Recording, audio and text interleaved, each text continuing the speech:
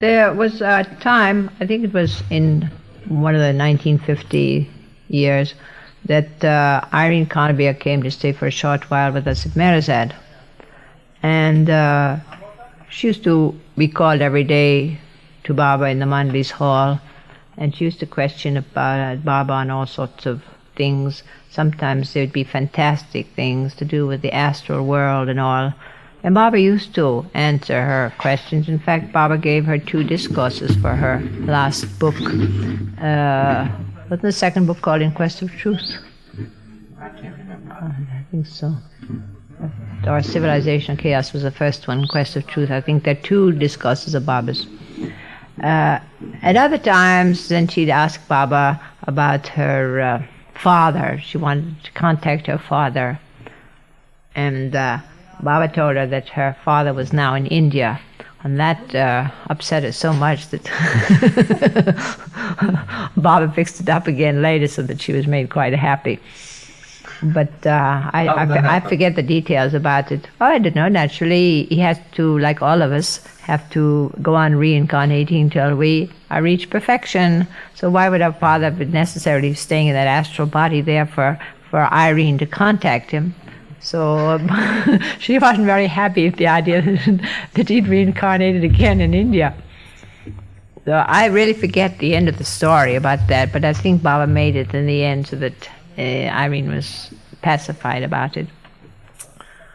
So in the evenings we used to walk in the garden, sometimes take a long walk down the road, but this particular evening when we were in the garden, she said to me, Rano, I can't understand, with all the wonderful people in the world, all the brilliant people in the world, why Baba has surrounded himself with, and she paused. I said, you mean us? And being a very forthright person, she said, yes. But I said, Irene, when you look back through the centuries and you think of Jesus, I said, there must have been very many wonderful people there at that time also. And I said, look who Jesus surrounded himself with. So I said, it's the same with Baba. Baba doesn't want this intellect or this brilliance or people who will be able to ask him all sorts of brilliant intellectual questions, because I said, Baba has told us that the intellect has to go before the heart can really be filled. And we are not inclined to ask Baba anything, because we know that we are here to serve Baba and love Baba, and that we actually are Baba's tools. And tools don't say what they have to do. It's the master of the tools who has the whole say. So that's how we feel about Baba. And that's why, as far as we are concerned, we feel that that is why Baba has chosen us to be with him instead of people of more intellectual and brilliance.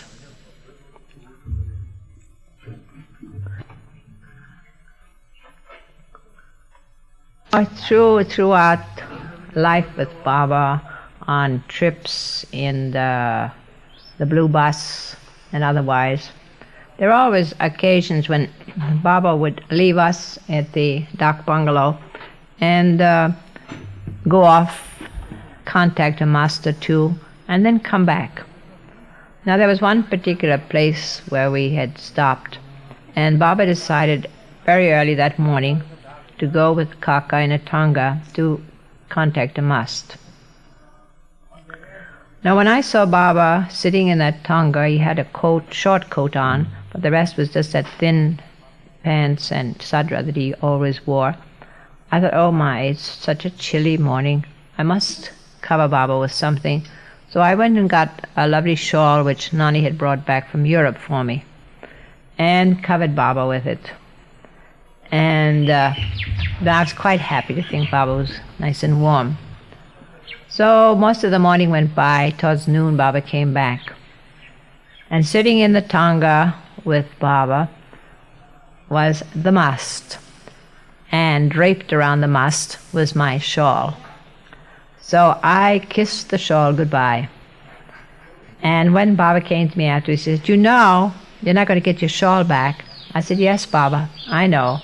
Because anytime, whatever you give to Baba, if Baba is pleasure to give it to someone else, whether it is a mast or anybody, you know that that is what Baba wished to do, so you won't see again what you wanted. I mean, the fact that, to think that Baba had used my shawl, that gave me great pleasure. But when I knew that it was a greater pleasure for Baba to give it to the master, then I couldn't naturally feel any regret that I had given Baba the shawl. Interesting incident occurred at the very beginning, when I had first come to Baba. And in fact, I was going back with Baba from Cannes to India. We had traveled to Marseille, and we had to spend a night or two in Marseille before the boat was to leave. At that time, Baba apparently had not been feeling very well. So he sent Norina out to all the different drugstores to inquire for certain medicines for certain complaints. Naturally, being France, all the medicines were, and the directions were in French. Norina would telephone and say, I have such and such and such a thing, shall I bring it? I would ask Baba, Baba would say yes. So Norina would come back with a number of different medicines, and then Baba would send her off, go to another drugstore. And in the meantime, I had to read the directions and then translate the directions into English to Baba. I would do it once, I would do it twice, I would do it 3 times. And then again, I would have to do it with another medicine, and again so many times. In the meantime, Norina would be coming again with more medicines. She covered just about every drugstore within the radius there in Marseille, till at last, when they saw her again, the druggist would say to her, why don't you go and consult a doctor? Well, this is not what Baba wanted. So after all this, well, it seemed like hours, but it probably wasn't, of translating and retranslating these different directions from the medicines, Baba looked at me and he said, you don't really think I'm doing this for myself, do you?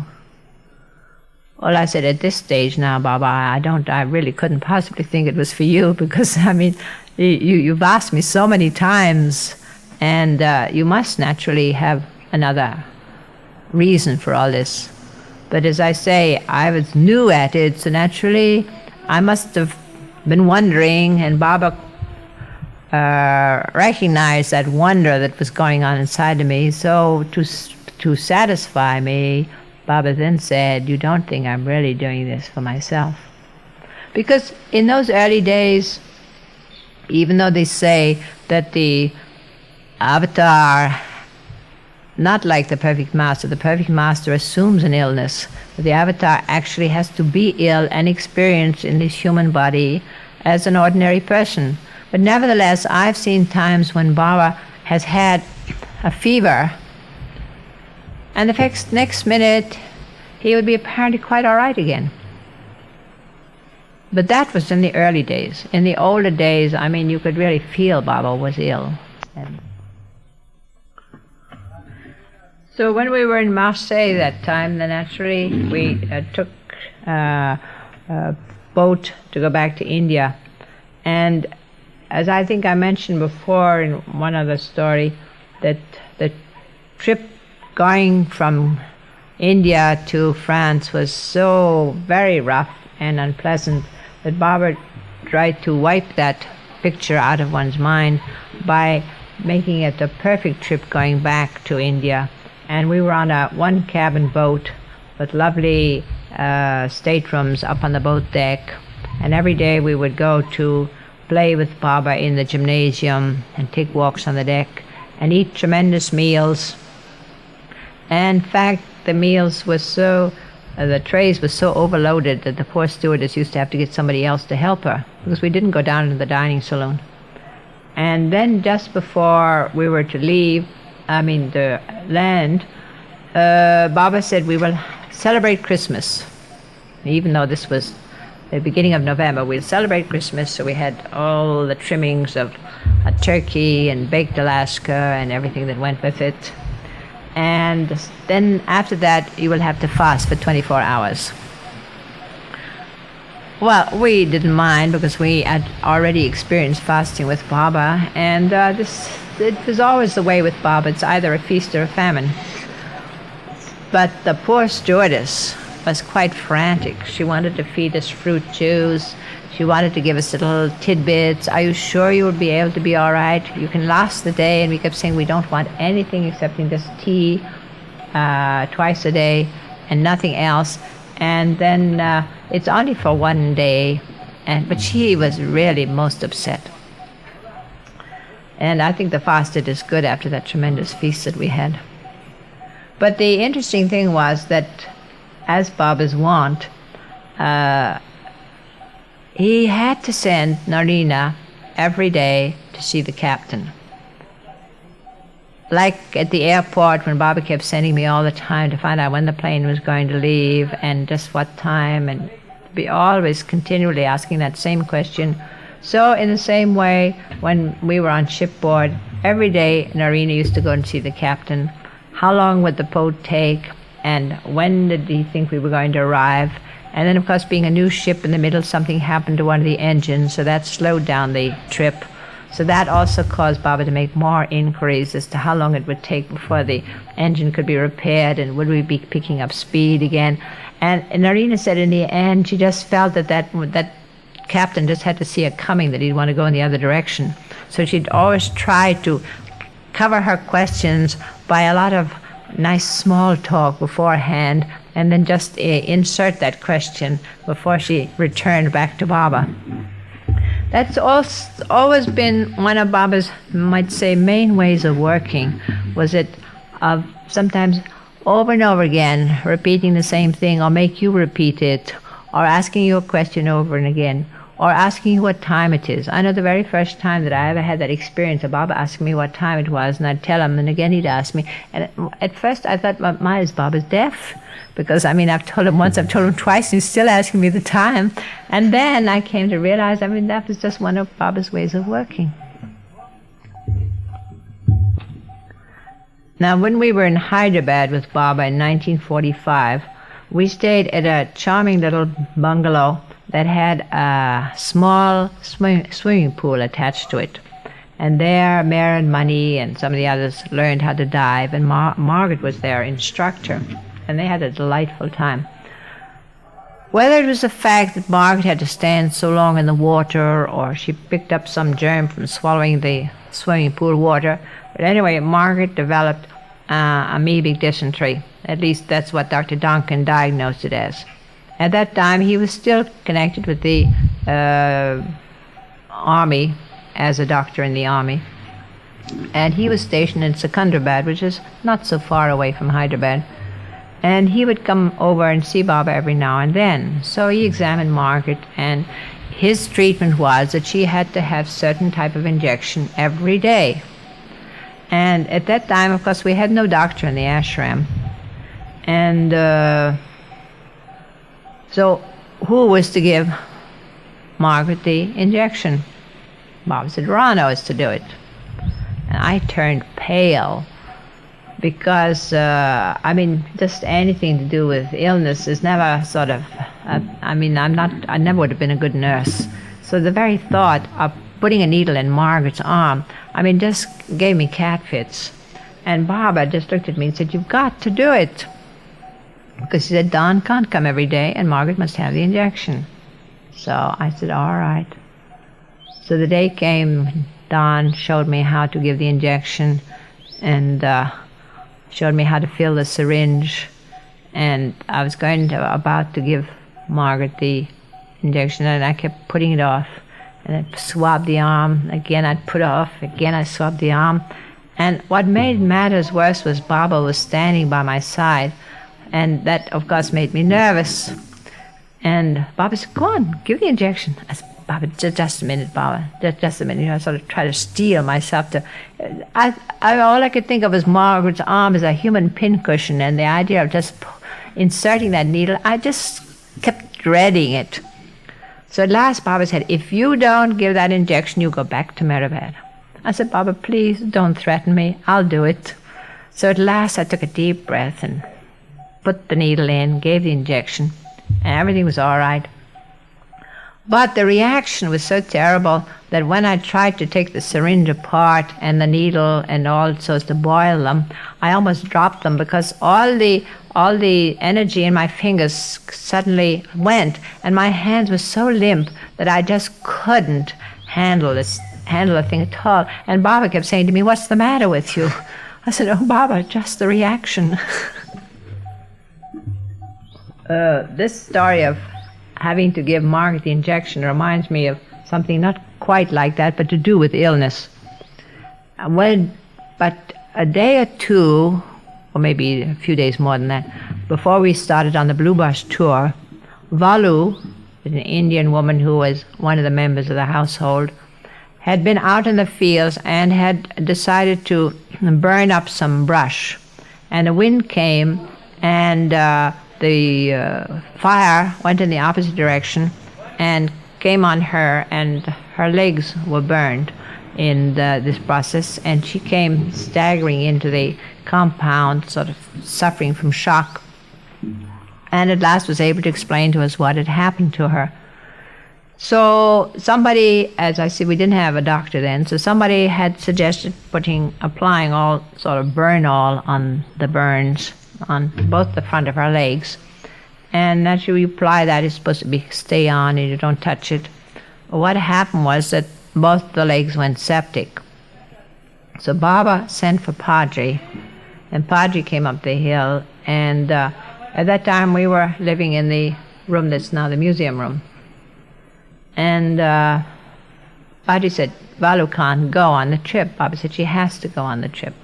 You have to at least do something for her legs, and then the nursing can take place on the journey." So somehow he removed all this stuff that had been applied, and then found that it was all septic underneath. And so Baba called me.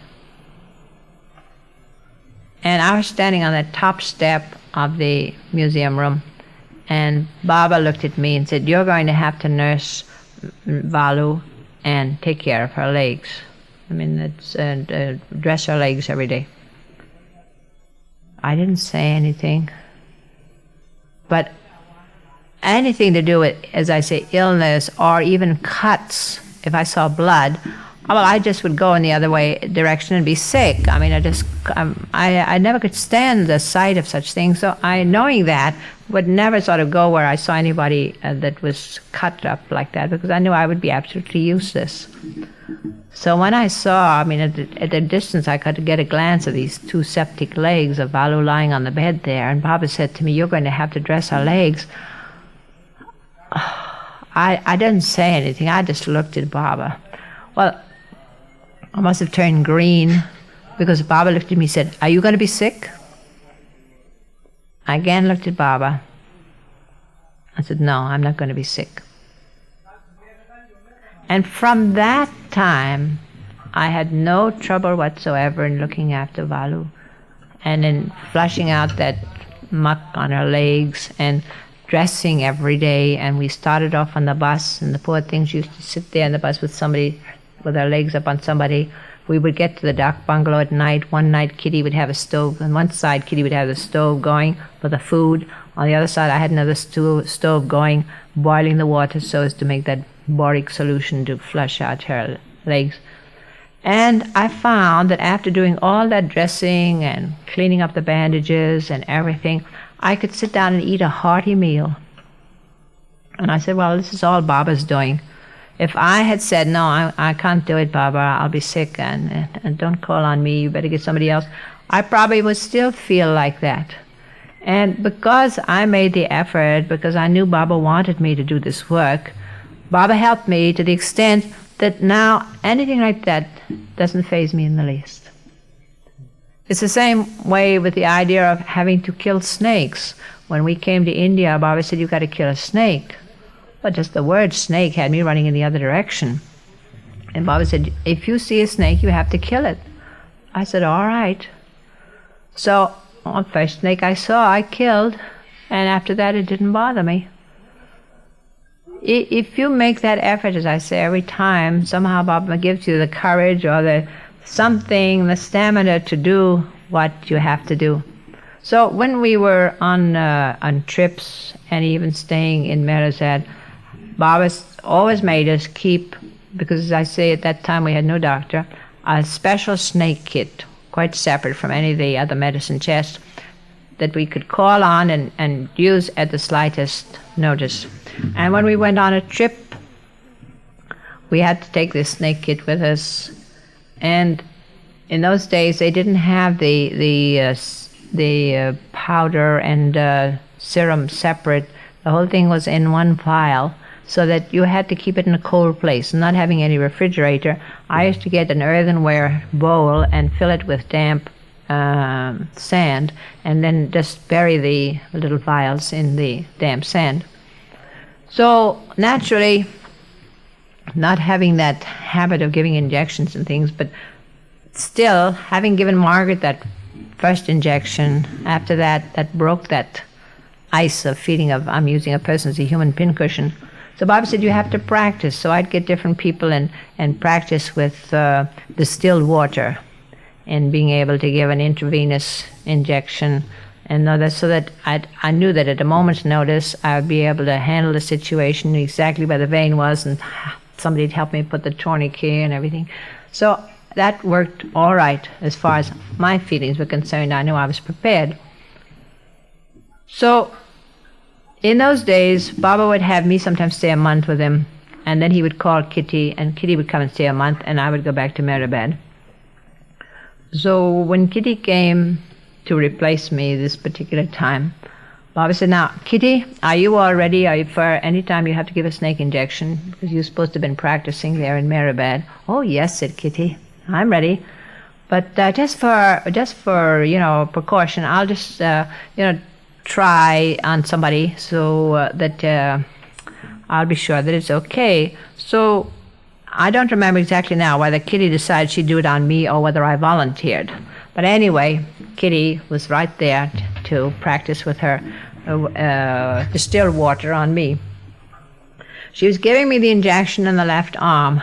Humera and Money and all of them were in the room watching the process. So Kitty filled a syringe and everything and was all ready. And then Kitty swabbed the arm, and then she put the needle in. She didn't like the place, so she took out the needle. And then she tried another place, and again she took out. By that time, I was just sitting with my arm to one side and trying to look off in the other place, because really, I was a human pincushion that day, and it got to be so bad that Mara said that she couldn't even stay in the room watching it. Then in the end, I just said, Kitty, I think you've had enough practice on that, and it called a halt. This bit of talk has to do with a detailed description about how Baba first had me do the 10 circles chart. One day Baba called me in Nasik in the ashram to tell me that he wanted me to do some painting for him.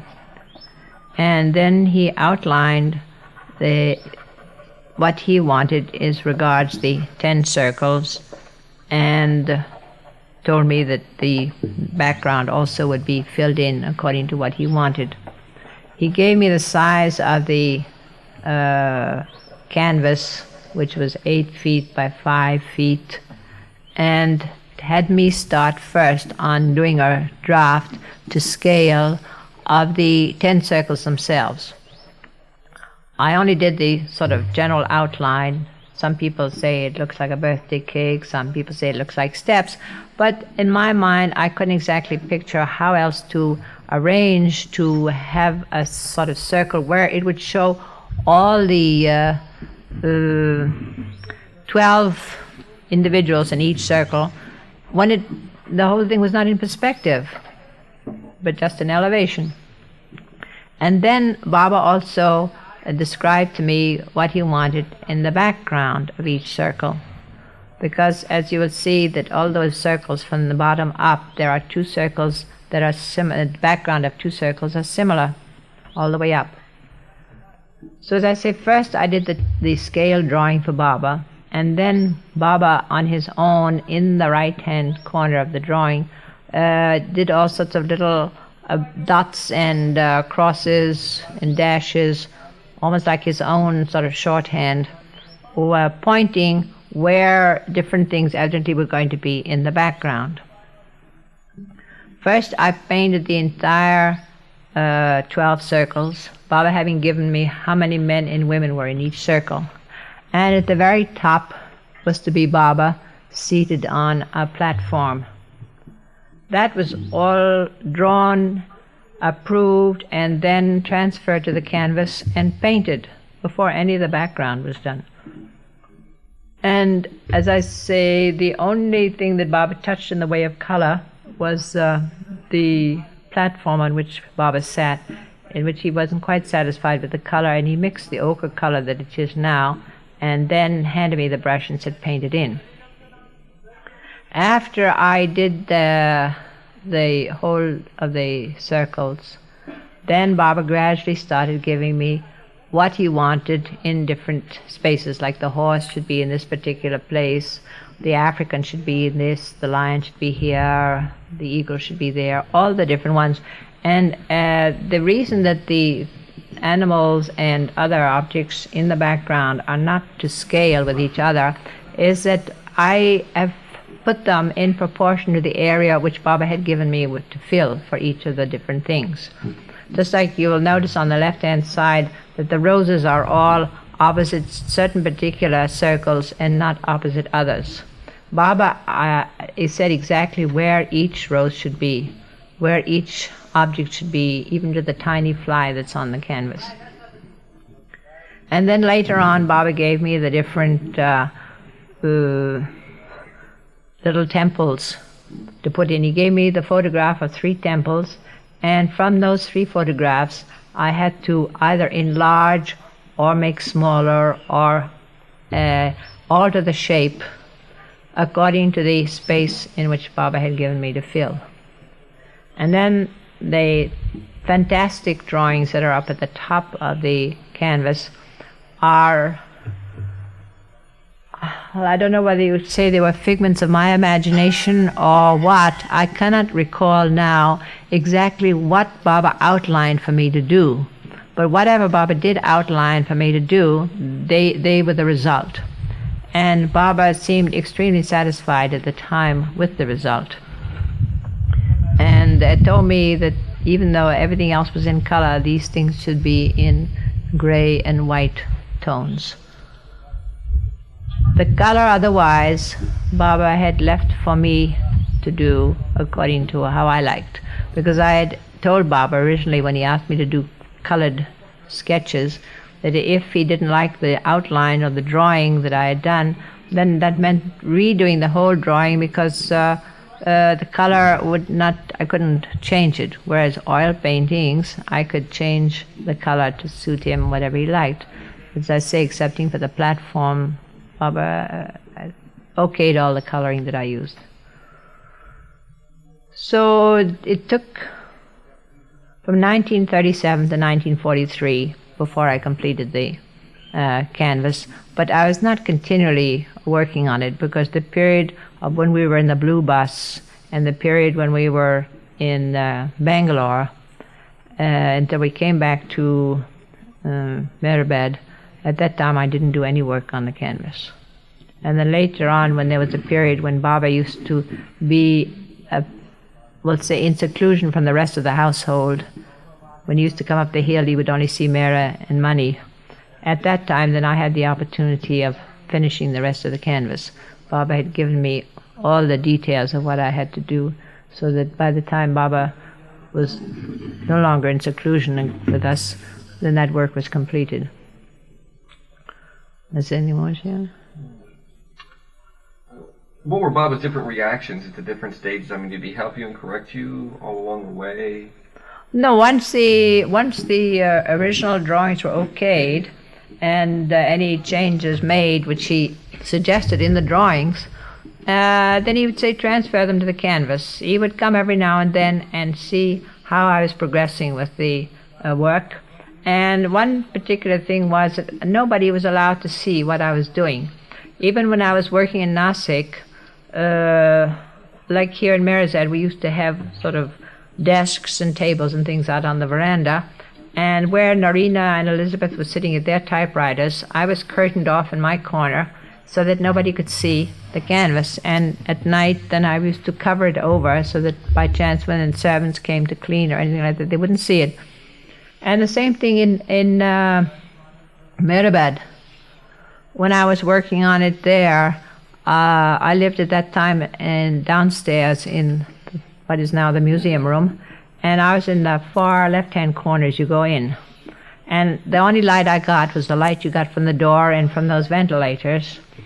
And even then I had to keep a sheet around my bed and across to the wall so that nobody coming in would, by glancing in my direction, see what I was working on.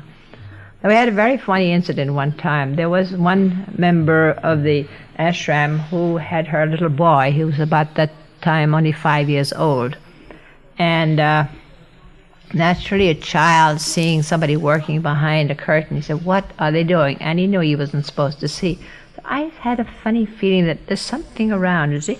And I looked, and sure enough, there he was, peeking out from under the bed to see what I was doing.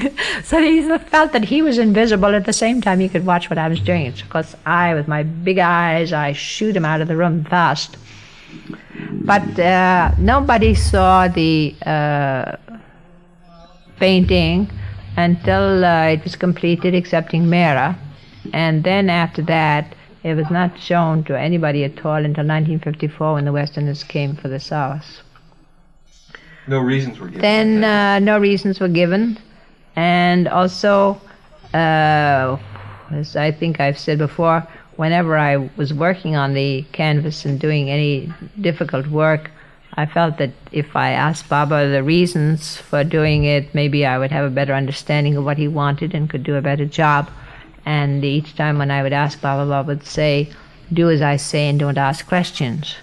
So after 3 times of doing this, I decided maybe this is really what Baba wants. So after that, I never questioned at all what Baba wanted. And Baba on his own never gave me any particular explanation whatsoever. Thus, this is what I want done. I want this put here. I want this there. I want this particular thing here. I want this particular Coloring thing there. and everything was all dictated. Well, the color actually left for me. He left for you. The color he left for me, excepting the roses. I have a vague recollection now Oh, the that roses Baba have different told levels. me which colors the roses should be. And then, as I say, he adjusted that color on the platform where Baba sat. But the other coloring, I could have changed at any time I told him if he was not satisfied with it, but he was satisfied with it. And so, you see, I forgot that in 1954, when the group of Westerners came to Mehrabad, that they had been allowed to photograph the canvas. So when the 1969 darshan came along, I said nobody should take photos of it. And a lot of people grumbled about it. And not for any reason whatsoever, excepting that I felt that, well, what was the point of owning something that you couldn't have any explanation for? And as Baba had never given any explanation, I mean, all right, they can see the canvas, and it's all right. But then, in 1970, when I went to the West, and I was talking with Fred Ella, they said, "But you've already sent enlargements of this canvas to America." I said, "Yes." She said, "Yes." Money had sent, I think there was one for the Myrtle Beach Center, one for Fred Ella, one for Harry Kenmore, and maybe one for Ivy Deuce, I don't remember, and one Fred Ella had. And I said, "Well, I'll be darned, because I have no recollection whatsoever of that having been done." So I said, after that, then, I mean, if people want the chart, and it, even though they can't understand what it means, well, I mean, why should I object? So after that, I didn't mind. What was Baba's reaction when he finally put on the finishing touches to it? When he finally finished it was complete? That was in 43, where were you? In Mehrabad. Mehrabad. Huh. And Baba... I showed it to Baba, and Baba, he showed the sign of approval, but, that's all. He didn't You go didn't even there. get to kiss his cheek or anything? Well, if I did, I don't remember. I don't remember. But the thing was that I was happy that Baba was pleased with it, and that was the important thing. And also I was glad that it had gotten finished, because it had been sort of sitting around there for a while, and I thought, oh, when is Baba going to ever get interested in it again? I'd hate the idea of leaving something unfinished. So that's why I was happy. Baba put so much attention into that chart. I mean, it just seems... Oh, it is, because it was Baba's chart. Even though Baba gave me attention in the God Speaks to come and look and criticize and things like that, I mean, it wasn't his baby in the same sense. I mean, this actually, I was absolutely, from beginning to end, the whole conception was Baba's. Well, of course, the whole God Speaks theme is Baba's conception, but the thing was that it was already written down, and from what the writing was there, then I was able to sort of project my imagination to work out something on it. But this was just out of nothing. And I just had to go blindly following along whatever Baba wanted. And sometimes it used to be so difficult to try to find, say, like when I had to do these different animals and insects and birds, I mean, you can't do them all from your imagination. And being there in Mehrabad, it was very difficult to find magazines or anything that would in any way help you to get any ideas. I remember even for the Tonga and the bullock cart, I used to sit out there by that tower where the water tank is. Yes, yes. And in those days, quite a few carts and Tongas used to go by, and I would see them, and my eyesight was very good in those days. And I used to memorize what I saw, and they, as they went by, then did sketches of it. And then when we were in Cannes, I got Nani one time to go down to one of the bookshops and try to find me something that had insects and birds and animals, so that I could, because Bob had given me the list of all the different ones he wanted and where they should be. So she managed here and there to find me some booklets that had some things in it. Then if there was no color, then I would use my own imagination what the color should be, if the pictures. And like later on when I had to do those ships, warships and bombers and all that, it just happened that I found a magazine that, because it was wartime, you see, and there were photographs of some of these bombers and warships and boats and submarines that gave me an idea of what to, otherwise, am I out of my head? I'm going to just do this. Just everything kind of sort of came to hand at the time when it was necessary for me to have it, so that I was able to work out these things. The figures in the 10 circle chart, how to you couldn't put them in any particular period. What century should I put them in? And what kind of dress should they wear, and how am I going to differentiate between the men and the women? So that's why the women, I sort of put their hair looking as if it was in a bun, and so the men with the shorter hair. And then actually I kept them all in those robes and made it for different colors, because I said that can fit in any time and any generation.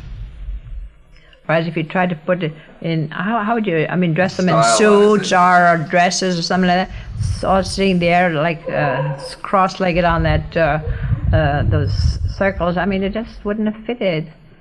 Anyway, Bob. No, what when you were saying about did Baba give you an embrace for it, the last really beautiful embrace I ever had from Baba was after I did the emblem, Baba's emblem for Adi in England. And that's the time when it was only, I think, maybe a week or 10 days before Baba dropped his body, that I finished it and sent it on to Adi. And I thought that Adi would be happy if the thought that Baba had touched it. And so Baba used to be in his room there, and Erish would be massaging him on the bed. And the Mandi would be sitting around, Francis reading the newspaper and things like that. And so this day when I got it finished, I said to Erish, you let me know when Baba's feeling rested, if he just look at it and touch it, you see. So Erish called me. I went in and I showed the emblem to Baba. And Baba touched it and pointed out all the different religious symbols on it, showed the sign of how pleased he was with it. And then afterwards, when he returned it to me, he said, put it down. And then he embraced me. And it was like the embrace of old times. It's the last embrace I had from Baba.